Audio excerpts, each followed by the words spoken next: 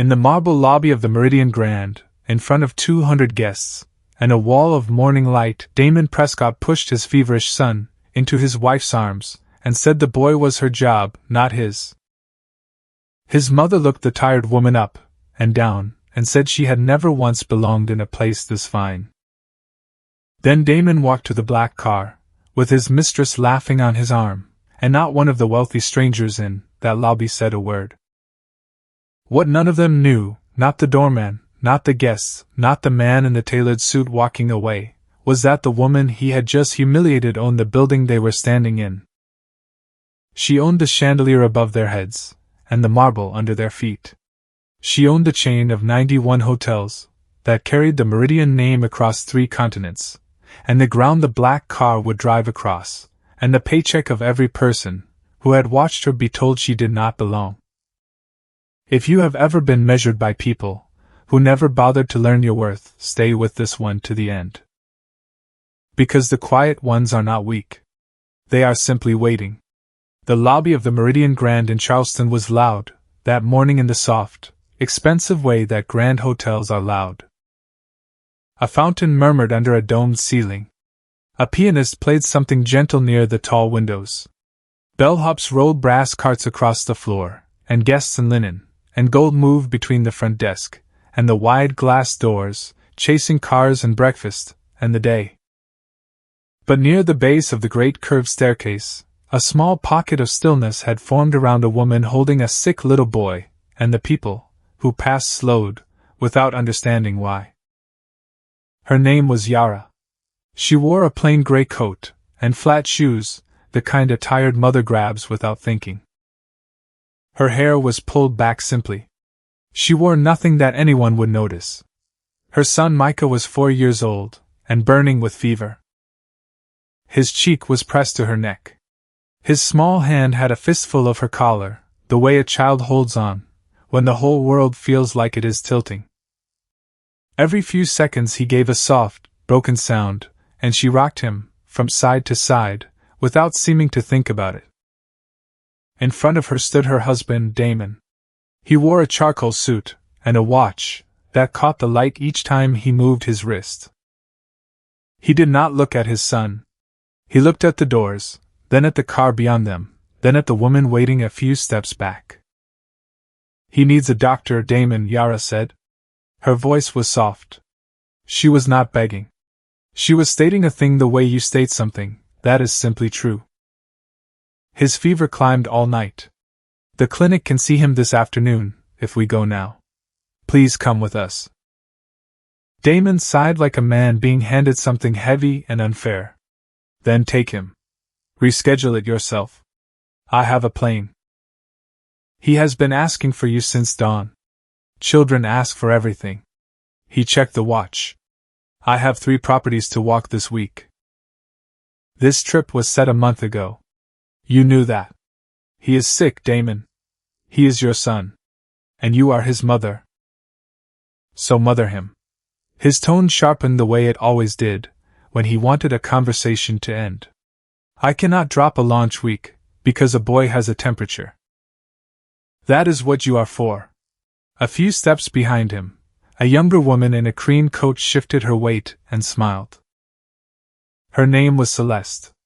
She was polished, and certain in a way that did not need to try. Her hand rested on the strap of a bag worth more than a year of most people's rent, and her eyes moved over Yara the way a person looks at a chair left out on the curb. Faintly curious. Mostly bored. We will miss the car, love, Celeste said gently, as if she were the reasonable one, as if she were doing everyone a kindness by moving things along. That one word, love, landed in Yara's chest like a stone dropped into still water. She did not flinch. But she heard it. She heard everything. That was when Damon's mother arrived. Vivian had a way of entering a moment like a change in the weather. She looked Yara up and down, taking in the gray coat, the flat shoes, the tired eyes, the trembling child, and her lip curled. Look at you, Vivian said loud enough that the guests nearby turned their heads. Standing in the middle of a 5-star lobby making a scene. My son works himself raw, and this is what waits for him at the end of it. A woman who cannot even keep a child from getting sick. A woman with no shine, no ambition, nothing. She clicked her tongue, slow and cruel. I told him, before he ever put a ring on your finger. You have never belonged in a place this fine. You never will. The words carried. A man in a blazer lowered his phone. A couple by the fountain stopped pretending not to listen. A young clerk at the front desk went still, with a pen in her hand. Yara felt the heat climb her neck and spread across her face. Shame is a strange and physical thing. It does not care whether the cruelty is true. It only knows that people are watching. But Yara did not answer. She did not raise her voice. She did not cry. She reached up and drew the blanket a little higher around Micah's small shoulders, tucked it under his chin, and held him closer to her heart. Mama, please, Damon said. Not because he disagreed with his mother. He said it because the car was waiting, and her stillness was slowing him down. He turned to his wife one last time, and for a moment something flickered across his face. Something that might once have been tenderness. Then it closed like a door. I will call when I land. Handle the boy. Do not make this harder than it has to be. Then he turned his back on his sick son, and his silent wife, and offered his arm to Celeste. She took it, without a heartbeat of hesitation, leaned into him, laughed at something low he said against her ear, and the two of them walked toward the glass doors like a couple stepping off a magazine cover. Vivian followed, chin lifted, heels clicking against the marble with satisfaction. Not one of the three of them looked back. Yara stood with her son in her arms, and watched her husband's shoulders grow smaller, until the tall glass doors, and the bright morning swallowed him whole. Behind the front desk, the young clerk had watched all of it. Her name tag said Priya. She had careful eyes, and a steady manner, and she had not said a word. But now she looked at Yara for a long, strange moment, and something moved across her face. First it looked like recognition. Then it looked like disbelief, as if her mind could not make her eyes agree with what they were telling her. Then, very deliberately, her expression went smooth and professional again, the way you school your face, when you have just understood something you are not allowed to say out loud. She opened her mouth. She closed it. She said nothing at all. But she kept her eyes on Yara long, after the family had gone. And Yara, swaying gently to soothe the boy against her shoulder, lifted her gaze to the wall behind the desk, where a bronze plaque listed the Meridian properties city by city. Charleston, Savannah, Aspen, Santa Fe, Lisbon, Kyoto. Dozens of names, dozens of buildings, all that gleaming motion spread across the world. She did not cry. She breathed out slowly, through her nose, long and even, as though she were finally setting down something heavy she had carried for miles. Then she shifted her son's weight, turned, and carried him toward the doors. Her flat shoes made no sound on the polished floor. To understand why Yara did not cry, you have to understand where she came from. Because the woman in the gray coat had not always been quiet. She had only learned, across a long and careful life, that quiet is the safest place to keep the things that matter most. She grew up at the ragged edge of a coastal town, in a narrow house behind a roadside motel, where the neon sign buzzed all night, and painted the ceiling of her room a soft, flickering red. Her father, a broad-shouldered man everyone called Pop Elias, ran that motel. Before that he had cleaned it. Before that he had swept the lot of a bigger place down the highway, that would not hire him at the front desk, because of the color of his hands. He learned everything anyway. He learned how a bed should be turned, so a stranger felt at home in it. He learned how a tired traveler wanted to be greeted at 2 in the morning. He learned which repairs could wait, and which would sink you, and he learned, most of all, that a person who feels truly welcomed will come back, and bring their whole family with them. They did not have much. Some weeks the sign went dark, because the power bill had come late. Dinner was often the same pot stretched across 3 nights. But Pop Elias carried a dream far too big for that little house, and he carried it the way other men carry a set of keys. Every day, without complaint. One room, he used to tell young Yara, the two of them sitting on the back step, while the sky, over the water, turned the color of fire. I started by making one room so good that the person who slept in it never forgot it. They laughed at me. A man who mops floors, dreaming of a chain.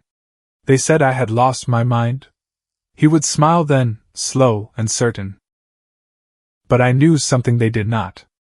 What did you know, Pop? She would ask, though she knew the answer. She loved to hear him say it. He would tap his chest, with one wide finger. That a roof does not care who your father was. It does not care what you own, or where you were born. It only cares whether you show up every day, and make it right. She grew up inside that world. She knew the smell of fresh linen and floor wax before she ever knew the smell of perfume. She fell asleep to the buzz of the sign, and woke to the sound of her father greeting the dawn crew by name. And while other girls dreamed of being noticed, of being seen and admired, Yara learned something rarer. She learned how to see. She learned how a real thing is built. Not from the top down, but from the ground up. Room by room. Handshake by handshake. One kept promise at a time.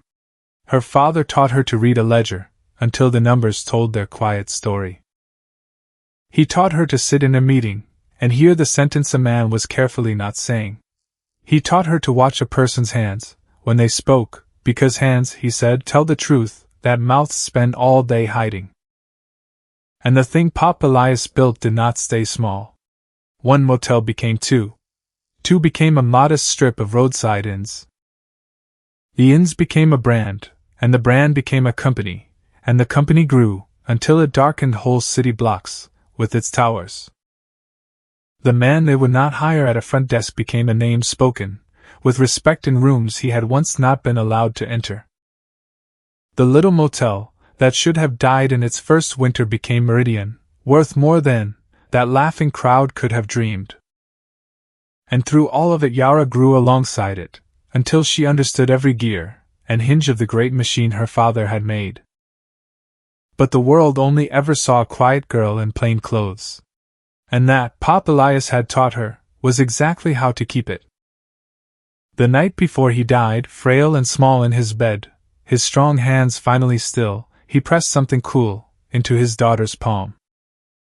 It was a brass compass, worn smooth and shining, from decades of riding in his pocket. He had carried it since the first morning he opened that first motel, a young man, with a strong back, and an impossible dream, and no idea which direction the highway would take him. "This is yours now," he whispered, his voice barely more than breath. "But listen to me, child. Listen well. The world will measure you by what it can see. Your coat, your shoes, the car you drive, and the rooms you are seen in. Let them." His fingers, trembling now, closed her hand around the compass. "Never tell them what you carry. Never announce it. Let them look right past you. And then, when the time is right, you let them find out." From that day she kept the compass fastened inside her coat, over her heart, where no one in the world could see it. So when she met Damon years later, she made a choice that would shape everything that came after. Damon had been charming in those early days, ambitious and bright, a young man, with empty pockets and enormous plans. And Yara, who had spent her whole life being valued for the empire behind her name, wanted just once, only once, to be chosen for who she was, and nothing more. So she did not tell him the truth. She let him believe she was an ordinary woman, with an ordinary job, and an ordinary family. She watched him fall in love with her plainness, and she let herself believe it was real. She wanted his love to be a true thing, freely given, not a thing bought with her father's fortune, or borrowed against her name. She married him for love. Only love. And she folded the entire company quietly inside her gray coat, next to her father's brass compass. For a long while the silence served her well. Damon rose in the world year by year. He took a respected position at a fast-growing hotel group. And here lies the cruelest thread of the whole story, a thread he never once saw.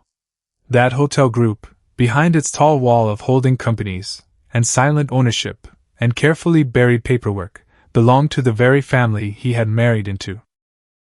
It belonged, in the end, to Yara. He never knew. He believed he had climbed every rung of that ladder with his own 2 hands. He believed his talent alone had lifted him. And Yara let him believe it, because she loved him, and because she had learned that a man's pride is a fragile and precious glass. In those early years she wanted him to feel tall and proud and entirely his own man. But pride that is not truly earned does not stay sweet. Left alone in the dark, it curdles. The longer Damon believed he had built his life, with no help from anyone, the smaller and duller his wife appeared to him. He began to see her plainness not as the peace it was, but as a kind of failure. He began to resent the very softness he had once claimed to love. A man who thinks he climbed a mountain alone starts to despise anyone who reminds him of the valley. And then Celeste appeared. She moved in the orbit of important people, beautiful and quick and sharp, the kind of woman who can make a man feel like the brightest light in any room. She told Damon exactly what his hungry pride wanted to hear. That he was wasted on a plain and simple wife. That a man of his rising importance deserved a woman who matched his shine. That poor gray Yara was lucky beyond measure to have caught him, and that he had been a fool to forget how far above her he truly stood. He drank those poisoned words like a man dying of thirst. The business trips grew longer. The calls home grew shorter and colder. And Yara, who had been taught from childhood to see what others missed, noticed everything. She noticed the perfume on his collar, that was not her own. She noticed the dinner charges, that were always for 2. She noticed the way her husband's eyes went distant at the table, as though his body sat across from her while his heart had already checked into another hotel. She saw all of it. That had always been her gift, and it had always been her wound. She could not stop herself from seeing the truth, even on the nights she prayed to be blind. Then Vivian moved into their home. To help, she announced, with a bright and gracious smile. But help was the last thing she came to do.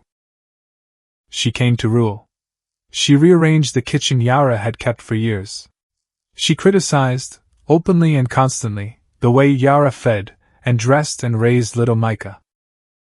And worst of all, she whispered to her son at night behind closed doors, her voice a slow and patient poison dripping into his ear. She holds you back. Anyone with eyes can see it.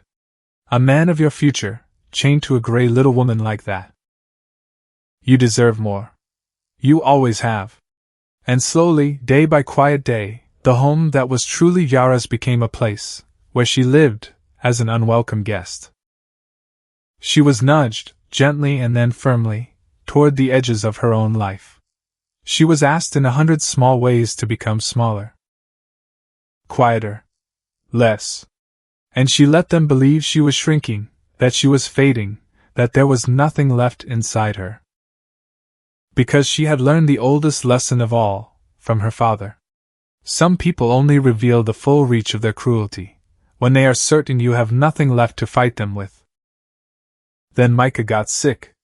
Not the small passing sickness of a single feverish morning, but something deeper and more frightening, something that demanded careful watching, and long sleepless nights, doctors and tests, and waiting rooms, and a worry that sat on the chest like a stone.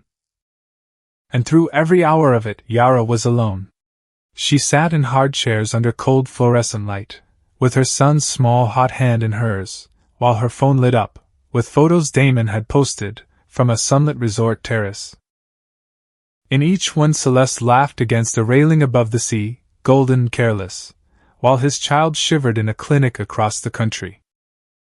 One evening, a sharp-suited lawyer that Vivian had quietly hired slid a stack of papers across the dining table. "Sign the house over," the papers suggested in their cold, tidy language. "Step aside gracefully. Make all of this simple and clean." "Disappear," the papers meant, though they were too polite to use the word. Yara looked down at those papers for a long, long time. The clock on the wall ticked. Micah slept fitfully in the next room. And something deep inside her went very, very still. Not broken. People expected broken. Broken would have been easy for them to handle. No, this was something else. It was the stillness of the air just before a great storm turns and changes the shape of everything in its path. She did not sign. That night, after Micah had finally sunk into a deep and easier sleep, his fever broken at last, Yara sat alone in the dark of the living room. She reached inside her coat and drew out the brass compass, holding it in her open palm the way her father had once held it in his. The faint light from the window caught the worn metal. She thought about all the long years she had spent being quiet. All the time she had let them measure her by the gray coat, and the flat shoes, and the patient, lowered head. Then she thought about her son. About Micah watching, learning even now, even this young, exactly what a mother's worth, from the way the world chose to treat his. And Yara picked up her phone. The person on the other end answered before the first ring had finished, because some calls, in some lives, are always answered first. "It is time," she said. 2 words. Nothing more. Then she set the phone gently on the table beside her father's compass, and for the first time in what felt like 100 years, she smiled in the dark. Meridian was hosting a gala. It was the kind of glittering evening that fills a grand ballroom, with golden light and soft music, and the most important people in the city, all of them wrapped in clothes that cost more than most families see in a year. The occasion was the company's 40th anniversary, a celebration of its record year, and its dazzling future stretching ahead like a lit runway. Everyone who mattered in that world would be there beneath the chandeliers. Damon made very certain that he was there too. He arrived with Celeste on his arm like a prize, wrapped in a gown that shimmered with every step. Vivian sailed in beside them, glowing with a pride she had not earned. This, Damon believed deep in his chest, was the world he was always meant to belong to. He moved through the crowded room shaking hands too eagerly, laughing a beat too loudly, his eyes bright, with the certainty that he had finally arrived at the top of everything. "To think where you started," Celeste murmured, her painted lips close to his ear, her eyes sweeping the wealthy room. "A nobody from nowhere. And look at you now, standing at the very top of it all." He believed her completely. That had always been his fatal weakness. He believed every soul who flattered him, and dismissed the only one who had ever told him the truth. Then the warm lights of the ballroom began to dim. A hush rolled across the crowd like a wave drawing back from the shore, and the host stepped up to the gleaming microphone at the center of the stage. For 40 years, the host began, his voice carrying to every corner of the silent hall, this company has been guided by a single steady vision. A vision that began decades ago, with one roadside room, and one stubborn man, who refused, against every reasonable odds, to quit. A murmur of appreciation moved through the crowd. "Most of you here tonight," the host went on, "have never met the person who carries that vision forward today. By her own choice she has stayed entirely out of the spotlight, steering this company quietly and brilliantly from behind the scenes, asking for no credit and no applause." Damon clapped politely along with the room, his mind half on the champagne in his hand, and the woman on his arm. Owners and chairmen and silent partners meant little to him on a night like this. He was here to be seen, not to admire someone else. But tonight, the host continued, and something in his voice made the whole room lean in. For the very first time, she has agreed to step into the light. "Ladies and gentlemen, Please welcome the heart, the vision, and the owner of everything you see around you this evening." A single bright spotlight swung upward, and found the top of the grand ballroom staircase, and Yara walked down. The gray coat was gone. The flat shoes were gone. She wore a gown of deep midnight blue, simple and clean, and powerful in its quiet. Her shoulders were straight. Her chin was level. Her steps were certain. And there, gleaming on her shoulder for all the watching world to see at last, caught in the bright white light, was a small brass compass. The room broke into warm applause. Phones and cameras rose into the air. People who had walked past this woman 100 times, who had brushed against her, and looked clean through her, now leaned forward in their seats, straining to see the face of the woman they had never once bothered to truly look at. Damon's champagne froze halfway to his open mouth. His mind rejected it first, violently, the way a body rejects a thing it cannot survive believing. It was not possible. His wife. His plain, gray, forgettable wife in her flat shoes. The woman he had left standing in a hotel lobby holding a sick and crying child, while he walked off laughing, with another woman on his arm. But it was her. There was no mistaking her now. Calm. Radiant. Unhurried. Looking out across the vast and glittering room that belonged, every inch of it, to her. Celeste's bright smile slid off her face like wet paint down glass. Vivian's jeweled hand flew to her own chest, gripping at her pearls. And Damon simply stood frozen in the center of the crowd, the truth crashing over him slowly, in a great and terrible wave that stole the air from his lungs. Yara reached the bottom of the staircase. The applause settled into a hush of anticipation. And then, somewhere in the silence, the first phone buzzed. It was Damon's. He looked down on instinct. A message from the company's own internal system glowed on the screen. His executive suite privileges had been reviewed and revoked, effective immediately. He stared at the words, his brow drawing together. Then the phone buzzed again. His corporate credit line, deactivated across the entire network. Then a third time. The suite he had quietly reserved for the coming week, a sunlit escape to the coast, with Celeste, was no longer authorized. Released. And then, one after another, the notifications came faster than he could read them. His name flagged at every property. His clearances stripped. His seat on the regional board dissolved. One by one, screen by screen, in perfect cold silence, the very system that had made Damon feel so powerful and so tall turned itself against him and locked him out. The status that had let him sneer at his own wife and walk away from his own sick child was being peeled off him in real time, quietly, mechanically, without a single voice being raised anywhere in that bright room. He looked up slowly from the dark screen, his face drained of all color, and he met his wife's steady eyes across the crowded hall. Yara did not shout. She did not point, or raise her voice, or let a single drop of triumph touch her face. She simply looked at him. She looked at him the way a person looks at something small they had once badly mistaken for something large. "You said I never belonged in a place this fine," she said. Her voice was quiet and even, but the hall had gone so completely silent that every soul in it heard each word land.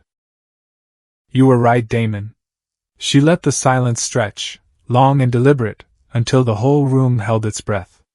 "I do not belong in it. I built it." Then she turned away from him. She turned her back on her husband, and his mistress, and his mother, as though they had simply ceased to exist, and she lifted her glass to the room full of important people, and she smiled at them, warm and gracious, and free, as if Damon were not worth the cost of one more second of her attention. After that night the fall came fast, and it came hard. Damon lost the position he had always believed he had earned, with his own talent. The truth was it had only ever been his, because of the family he married into, and now that great door had swung shut and locked behind him forever. Without the title, without the access, without the powerful name of the company standing behind him, he was revealed at last for exactly what he was. A man in an expensive suit, with nothing inside it. The industry that had once nodded to him in hallways, and laughed at his jokes now turned its collective back. His name became a quiet cautionary lesson, passed in low voices between people who knew the whole story, a warning about the true and final cost of cruelty. Celeste did not stay to watch him sink. The very moment the privileges vanished, the suites and the access, and the borrowed shine all evaporating into nothing, she felt the cold rush in around her like water into a sinking boat. She had never loved Damon, not for a single day.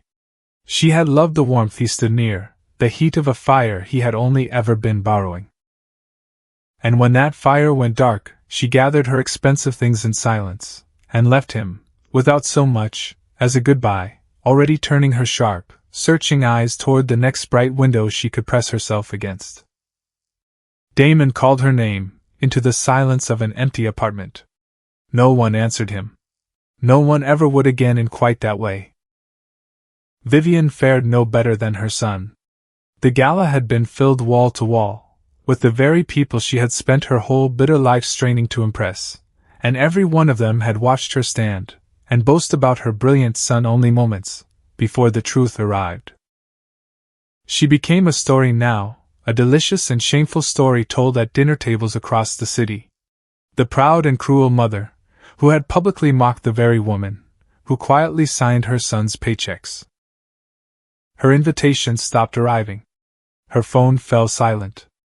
And the fine home she had schemed so carefully to take from Yara was no longer a place where she was welcome to set foot. She left it the same way she had first entered it, with sharp words and a high, proud chin. But this time there was no audience to perform for, and the silence that met her was its own quiet and fitting punishment. Yara did not chase a single one of them. She did not need to lift a finger. She had learned long ago, at her father's neon, that worn back step, that you never have to push people off a ledge they are already walking toward on their own 2 feet. She turned all of her attention instead to the only thing in the world that had ever truly mattered to her. She brought Micah the very best doctors that could be found anywhere. She sat beside his small bed through every hard and frightening night, holding his hand, humming low and slow, and day by day she watched the warm color return to his round cheeks.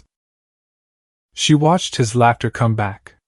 She secured full and final custody of her son, the papers signed quietly, and without drama, so that the boy's life, from that day forward, would be steady, and safe and unshakable.